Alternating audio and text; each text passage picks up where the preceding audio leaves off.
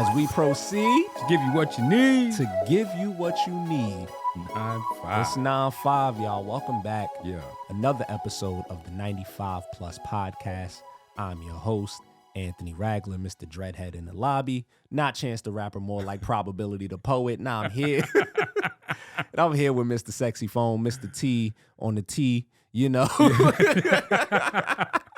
What's up, y'all? What's going on, Lem? How you doing, man? I'm chilling, man. Yeah. It's good to see you again, Yeah, man. you too. It's been a minute. Yeah. Yeah, it's like three or so weeks since we last recorded. Yeah. Last recordings we did was the Tamika episode. Yeah, that was a hot Tamika episode. Yeah. Man, that was dope. I enjoyed that one a lot. I'm still on a high from it. I'm not gonna lie. I'm still on a high from it. It was by far my favorite. I won't even say one of my. It was by far my favorite so far. It's really dope when you get to like have a conversation naturally flow and it just leads into just some like really vulnerable, really transparent places. Yeah. And it's one of those things too. We know her and we see her at Expo, but those Expo conversations are like, 5-10 minutes. Yeah. But it was really good to catch up with her.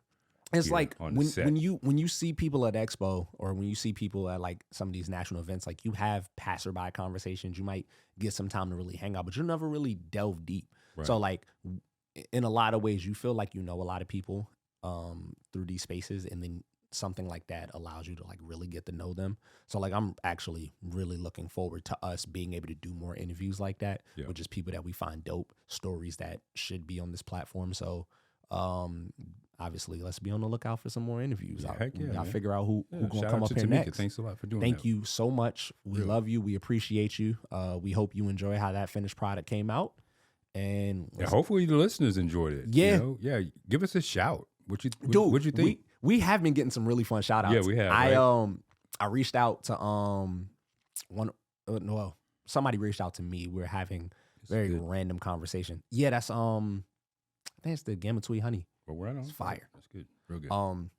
So I was having a conversation with a listener. I'm not going to reveal their name, but I had messaged them. They had sent something. I messaged them, and they shot me back a voice message and go, "Yo, no one in this room knows why I'm laughing right now, but as soon as you message me, Them Changes by Thundercat came on in the cafe, and I'm cracking up because I'm the only person in this room that gets the reference right now."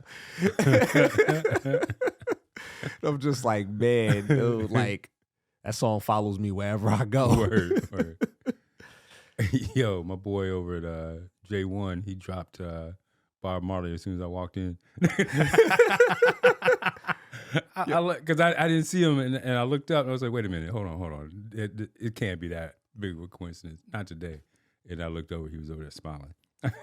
Yo, it's fun. Like it's dope getting to see people actually like rock out with the stuff we're talking about. Yeah. And like that was at the end of an episode too. So like that means you were like watching and paying attention. So like for all of y'all that are supporting us early in this journey, we're still figuring out the kinks, learning how to be better at this podcast and stuff. Learning what stories are resonating with you guys. Thank y'all for being along with us on this journey. Please continue giving feedback, give us suggestions, things you want to hear about, people you want to hear from. Like, please constantly do that because we just want this to be something for y'all and something that you guys really enjoy. So thank you so much once again for all of the support so far. Yeah. Once again, if you are a business out there and you're looking to partner with us, we got some space. Yeah. We can put up some merch. We could put up some, logos, all the things. We could find ways to do some cool commercials. You got, two of the more public facing people in the industry right now that's willing to, be out there and showcase. Right, you put your sticker right here. Put your sticker right here for all I care, to be honest with you. I get a Mike Tyson tattoo right here. Just come on and talk to us. We'd love to have y'all. We're just trying to make this thing grow. Wags, how you doing, man? What's up, Wags? Not too bad. Not too bad. I heard you also were on a little bit of a vacation. What's been going on in your world? Yeah, headed back up to New York. Okay. Back to the homeland. To the city? Upstate, not the city though. Upstate. Not the city. Okay. Where in upstate? Utica. Oh, snap. That's what's up. Finger Lakes out there, right? Yeah. I've been up there. Yeah. Up there. And then took a little detour to Toronto. I love how you say little detour like that's not the opposite direction. You went to Utica and then said, just for the night. Just for the night. Go to Toronto. Yeah. And y'all drove, right? Yeah, drove. Okay. Which from Utica is about 5 hours, so it's not a detour, but it was dope. Toronto's sick. Yo, I have not been to Canada yet. I need to change that. I need to go to Toronto. Like, been to the airport. I've had such minimal out of the country travel to it that I can't, like, the only international airports I've been in is the places that I was making it to. So I will say this though. So I was flying from Ethiopia and I had some honey, and at the airport in Ethiopia, I guess the security TSA, whatever, and the woman at the desk got into an argument about my honey, whether it was liquid or solid, because it was solid, but the guy, he was like, no, it's a liquid. She was like, no, it's a solid. And he was like, no, he needs to check it. She was like, no, he doesn't. And I was like, all right, whatever. So I had like this little tote bag, tied it up, and she just put a tag on it. And I was like, I'm never going to see this again. Of course, I get to Canada, and they have no idea where it is. I forget all about the honey. 2 months later, there's a knock on the door. Here's your bag that was missing. Nice. The honey is like spilled out. It's all over the tote bag. There's still a little bit in there, but I'm like, whatever. You don't want that because it was solid. No, you gotta get rid of that. So, for those of y'all that were wondering, honey's definitely a liquid. It is a liquid. It is a liquid, but it was solid. Not when it got back to you 2 months later. It's definitely a liquid, and your bag is proof, right? Yep, bag is proof. Man, dude, I'm glad to be back, dude. Yeah. This is dope. We've been doing a lot of reminisce talk, man. Yeah, we have. We giving have. them fun stories from our past, crazy stories from our past. I'm interested in knowing where we see things going. Yeah. You've obviously been in this industry much longer than me, so I think you probably have a better perspective of like the journey that specialty coffee is taking, what the trends look like, kind of like how long it takes for things to take form. My question to you, being someone that is now in a position to be kind of like an industry leader and a thought leader, what do you want to see next? Like, where do you want to see this go? Yeah, I've been thinking about that a lot, especially lately. But especially with the podcast is one of those things, that we started talking about, Wags and I started talking about, and it kind of pushed me into this area of what's next. For me personally, a lot of those reminiscent stories that we've talked about, I feel have resonated with people, and they were able to connect with us through these stories. And so, looking at the future, I just want to continue storytelling. I think storytelling is very impactful and it reaches people. So this podcast is a form of that. Yeah. And what's crazy, a lot of the times I'll meet people and I'll get that inspiration that kind of directs me into what's next. Just like my career, working in a cafe for 4 years and then not really knowing what was next. And then, Ken walks in and he kind of inspired me to like move into a path of, continuing, coffee, the coffee profession. I met a guy in the Roseville Cafe last year, a year and a half ago, and we just started talking about, coffee, coffee prices. The cup of coffee is going up, all the time, And his question was, why is that? And there was a number of factors that we just started talking about. And one of those things was like climate change and crazy weather patterns having impact on coffee producers. And he was like, well, that would be a great documentary to kind of share that story. And turns out this guy, he's an editor of several reality TV shows. He's won an Emmy. He is the one of the editors for The Amazing Race. And he was like, yeah, we should do something. So we're putting together an actual documentary about climate change and coffee production. That's one thing that you know, kind of drives my passion for like telling stories, just kind of removing myself from the picture and just kind of highlighting what stories I can find to share with people. Okay, so you're ultimately saying like, what stories are out there that you haven't heard or that people haven't heard, and being able to give them platforms, right? Yeah. One could argue that's what specialty coffee's been this entire time. Like, you think we market all of the coffees by its origin story, like where it came from. That's true, but a lot of times, especially people who get into coffee, they'll see kind of like, the realness, the authenticity of these stories, and they'll say, okay, I need to do that too. Right. But they'll approach it in a way that out of ignorance, Yeah, but that's the game of telephone. Right. But, throwing some farmers up on your website and not really having this direct relationship with them, and, telling that story kind of half-assed, right. I'm not trying to do that. Right. No, I completely get that. Apologies for cutting you off, but like that's the thing that I always talked about. Like when it came down to competition, it's why my stories have always been my story. Right. Like, because I don't feel, as someone that's never been to a coffee farm, that's never worked on one, grew up in one, like I don't feel like telling the farmer or producer story without context is my place to do that. I don't think that's fair or accurate. So I definitely get you on that. But what I was really referring to is not necessarily about what has what has been going on like in the industry and like how people have like gone and tried to tell stories, but more so like the idea of storytelling is something that's already ingrained in specialty coffee.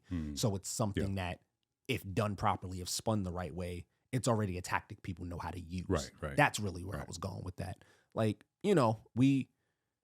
people aren't natural born storytellers. Not everyone is. No, they're not. But like, we gravitate to it because like being able to personify something, being able to put like human feeling and emotion behind these stories, behind these coffees, behind the like journey that this industry has taken, has been the way that people have found their way to attach to it.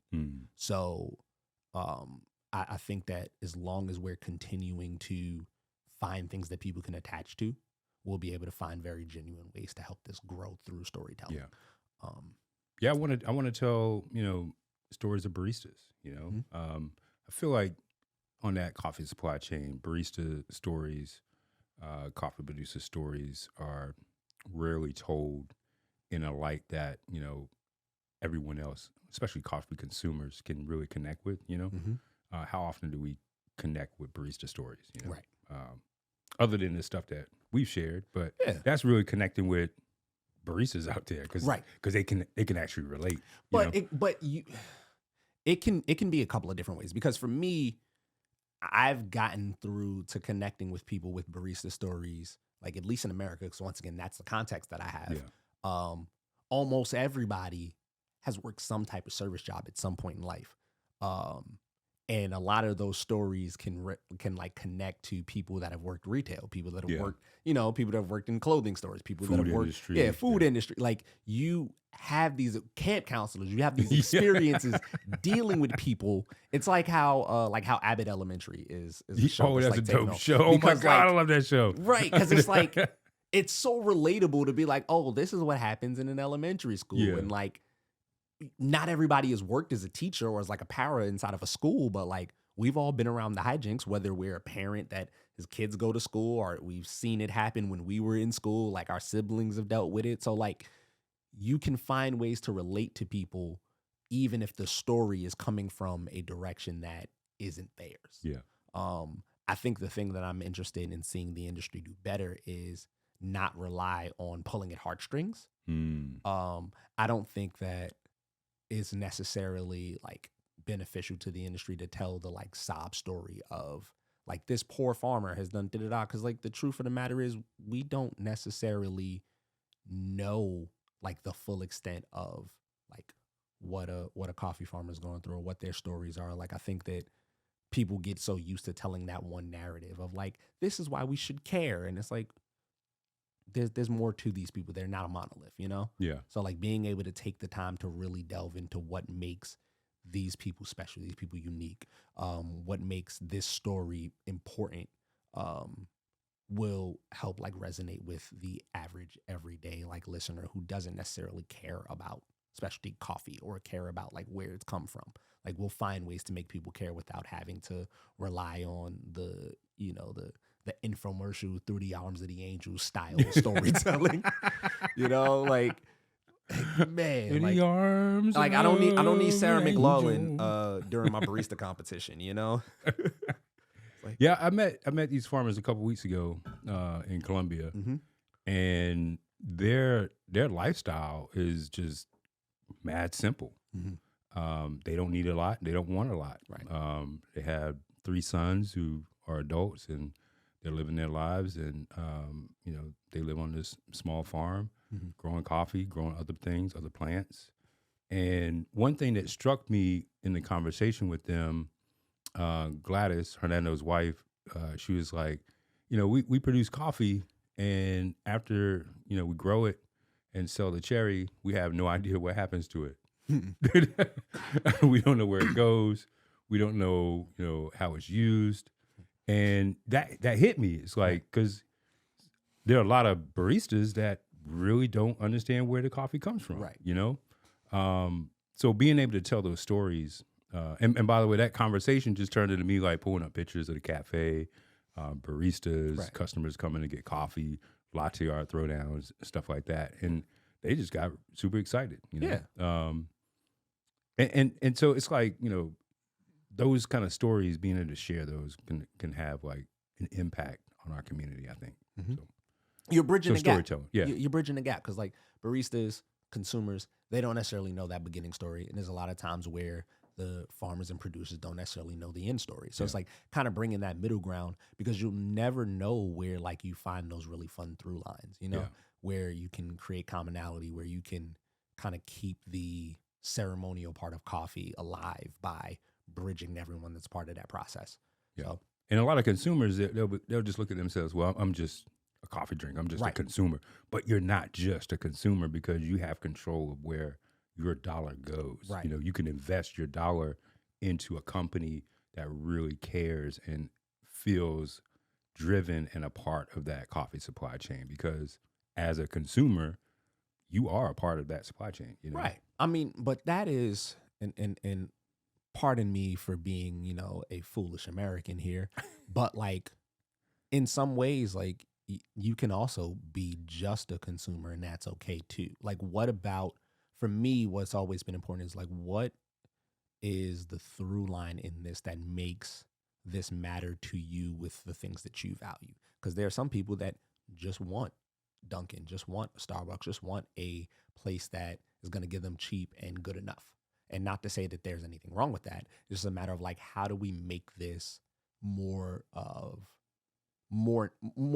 something that they're more conscious of its importance? Because even those people, they turn coffee into an everyday habit. It's something that they, even if they're doing it subconsciously, they're having it every day. So it's something that's part of their routine, something that matters to them, even if they're not processing it. So how do we make this something that holds more like active value to them, more like they're more aware of it in the moment? And it doesn't, I don't necessarily think it always has to be, you know, the origin story. I'm very interested in the barista story, the everyday, like behind the counter. Like, I mean, I got my qualms with this show, but like so much of Friends took place in a cafe, you know, like what was the name of that cafe? I don't remember, dog. The Perk? Probably. I don't know. I can't remember. Central Perk. Central Perk. Nice. Yeah. But like, it's like this thing of like anywhere within the journey of coffee can be a point of connection for people. Yeah. Whether it's at the farm level and understanding those stories, and you're the type of person that receives that and that information matters to you, or it's even just like the experience you have inside of a cafe. Like there is some way to make this product a connecting tool for something greater. That's for consumers. I also think that that's true for coffee professionals, baristas, educators, techs. Like your story of how you found what was next came from a technician. Yeah.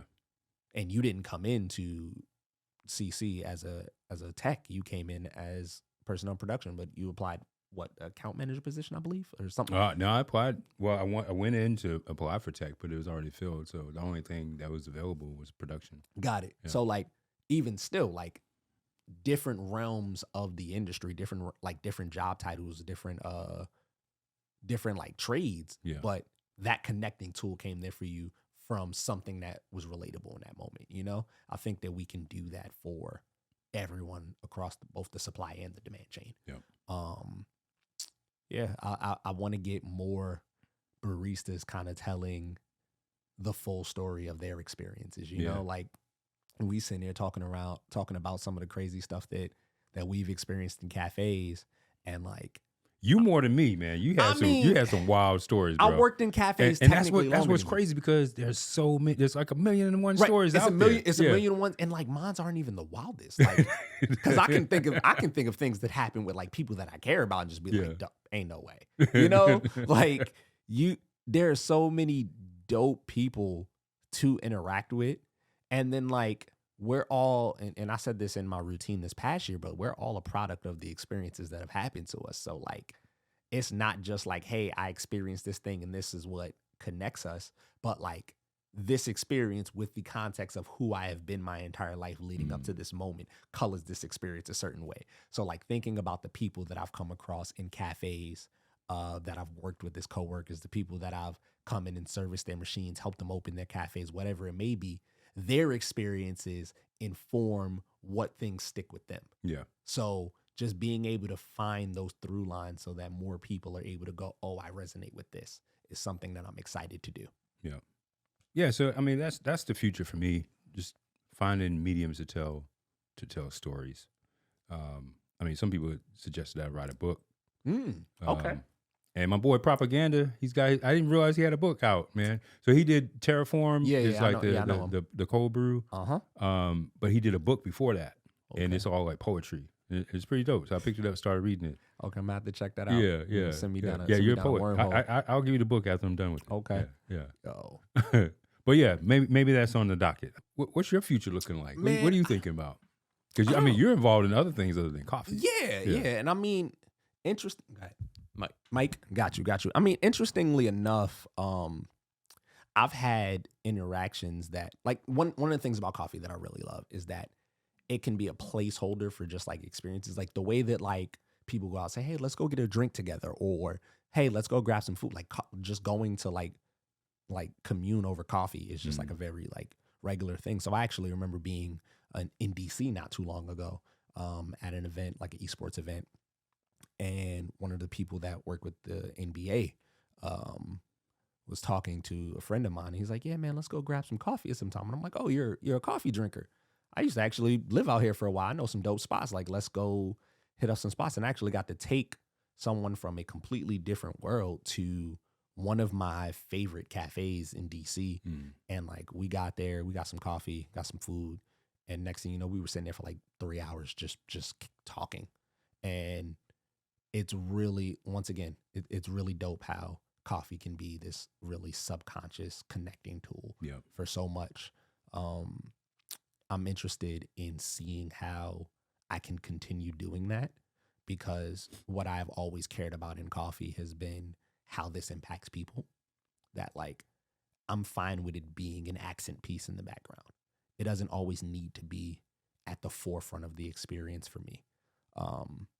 It's always there. And I think that the better we get at allowing it to always be there and allowing it to be something that people want, the easier it'll be to kind of like help this community grow, help this industry grow. Because like, for example, like look at the alcohol, like the bar industry. Like, people don't really trip about the price of alcohol because it is combined with an experience. They're not thinking about like, oh, well, I'm paying X, Y, and Z at this moment. Like, they're just like, hey, I'm having a great time.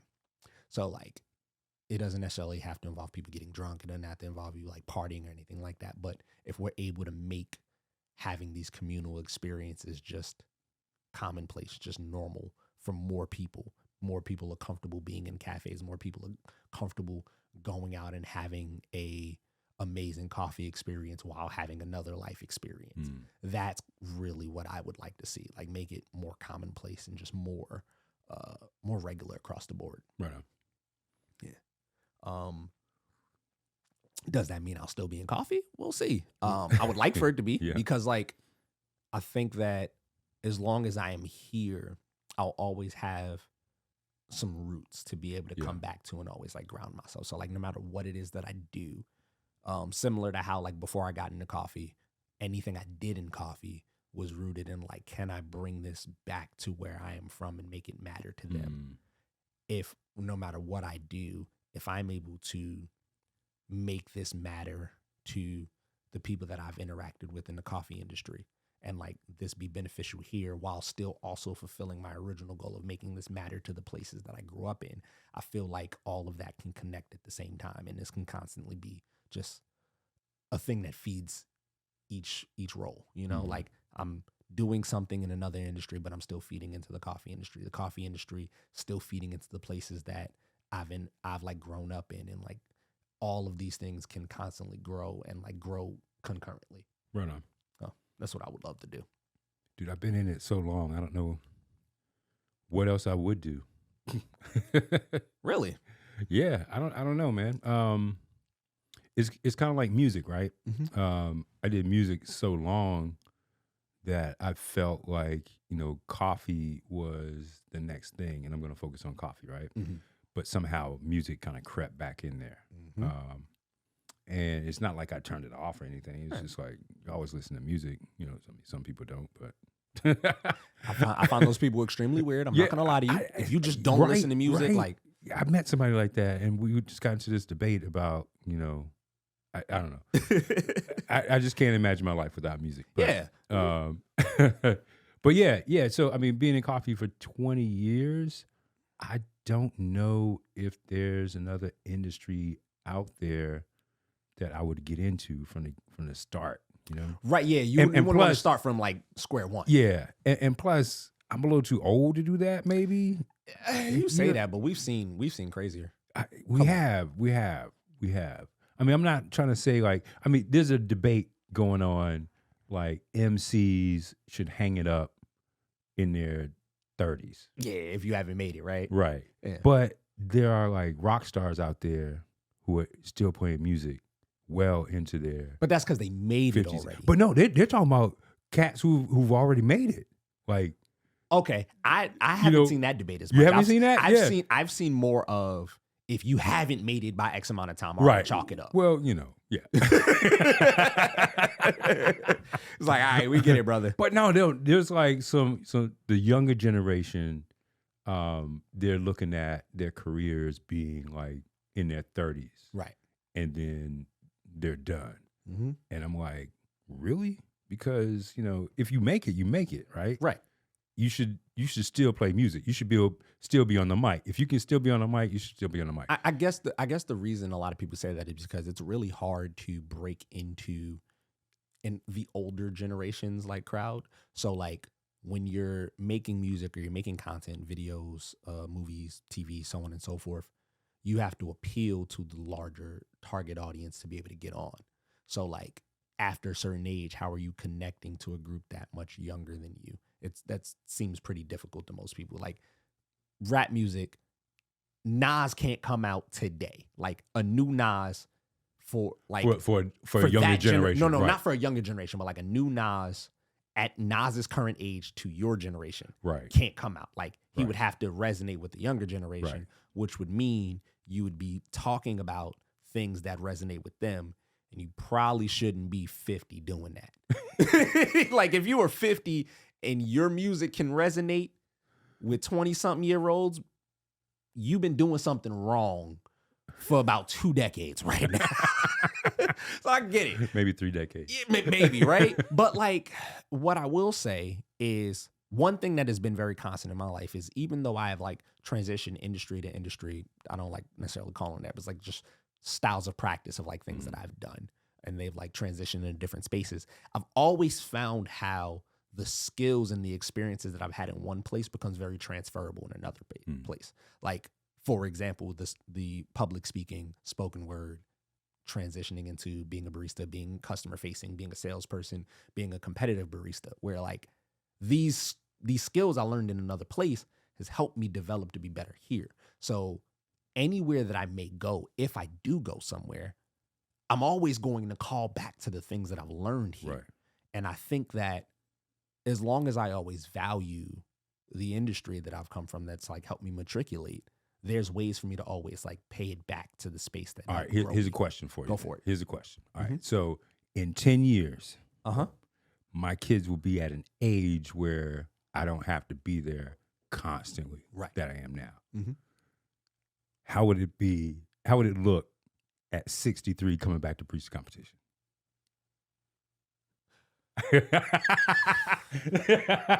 Look, you see his eyes got big there.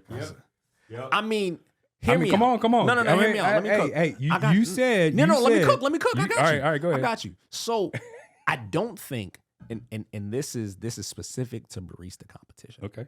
Because I've seen in like the poetry world, older people take off. I've seen in the music world, people that have been gone for a while can come back and do tours. You know, like 50 Cent just did a freaking 20th anniversary for Get Rich or Die Trying. It's been 20 years? It's been 20 years. Damn. Yeah. Right? And I'm old. And I didn't get to go to the concert, but please believe I got a white tank top somewhere just ready for the moment that in the club come on. Yeah. But like like if you came back with you constantly being the figure that you are in coffee, came back to barista competition, I don't think the seeing you on stage thing would trip people out. What I do think would be very difficult at that age is all of the other things that come with barista competition. Like, I don't think I'm seeing you get on a flight to Costa Mesa with a couple $1,000s worth of wares trying to lug that over. So, like, I think that would be difficult.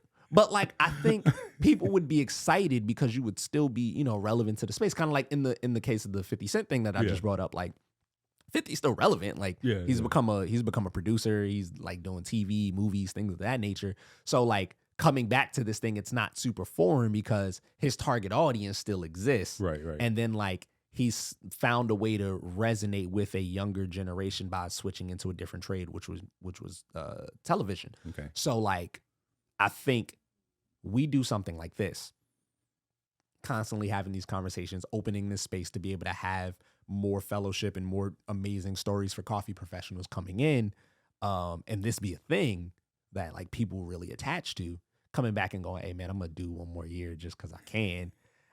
I think other than the fact that like you probably shouldn't be 60 trying to lug around a EK 97 because that'd probably be what it is in that year.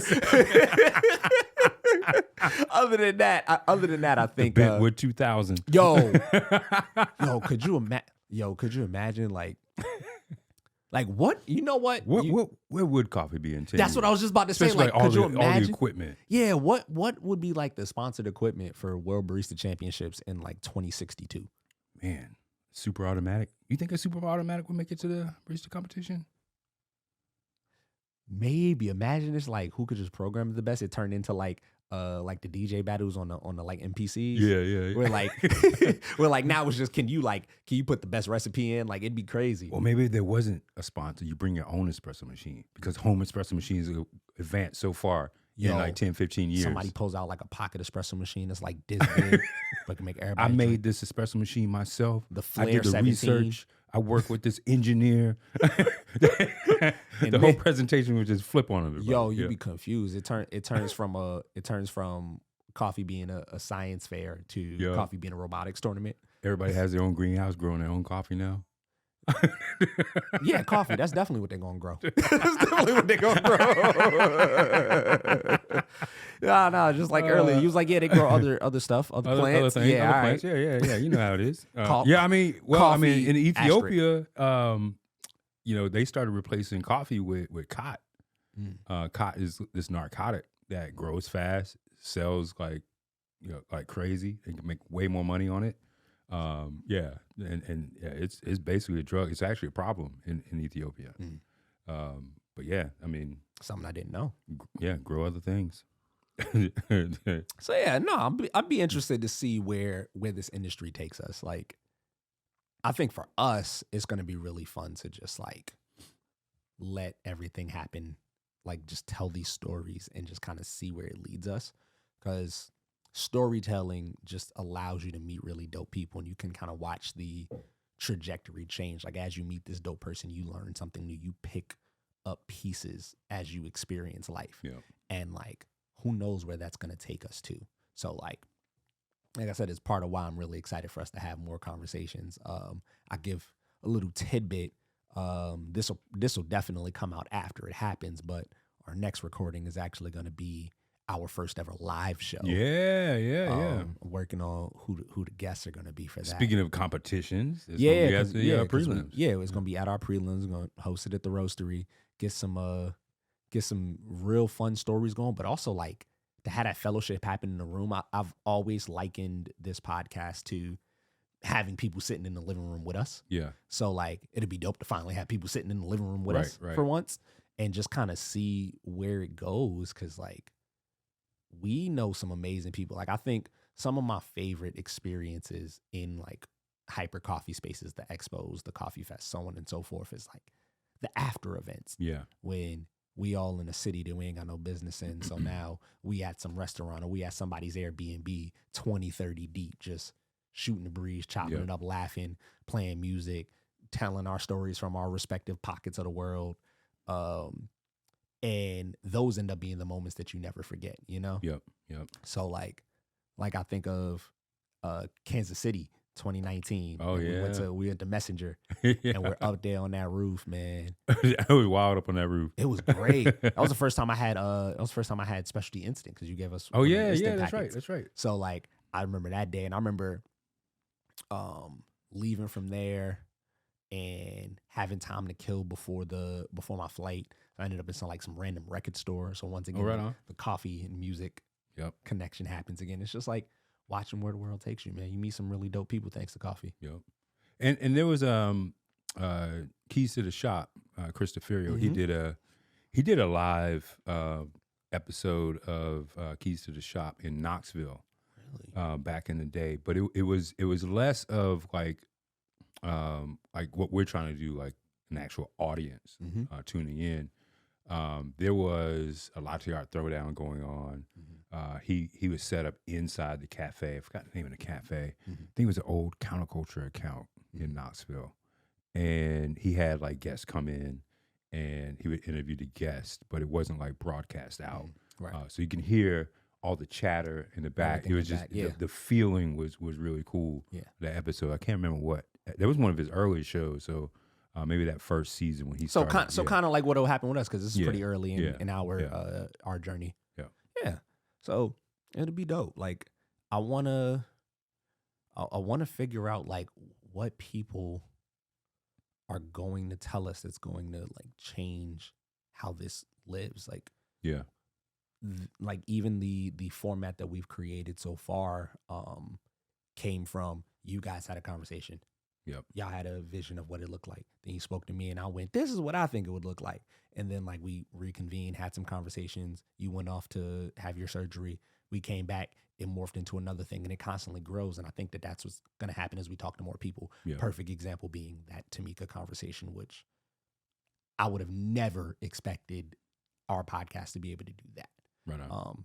And that's a full testament to the person that she is and just like the type of conversations that she's able to incite out of people. Like she pulled some of the most raw, vulnerable stuff out of us in just us sitting around talking. So like, I can only imagine what other people with other experiences from different corners of the world, different pockets of the industry will lead us into, and then what it will turn this podcast into. So it'd be dope.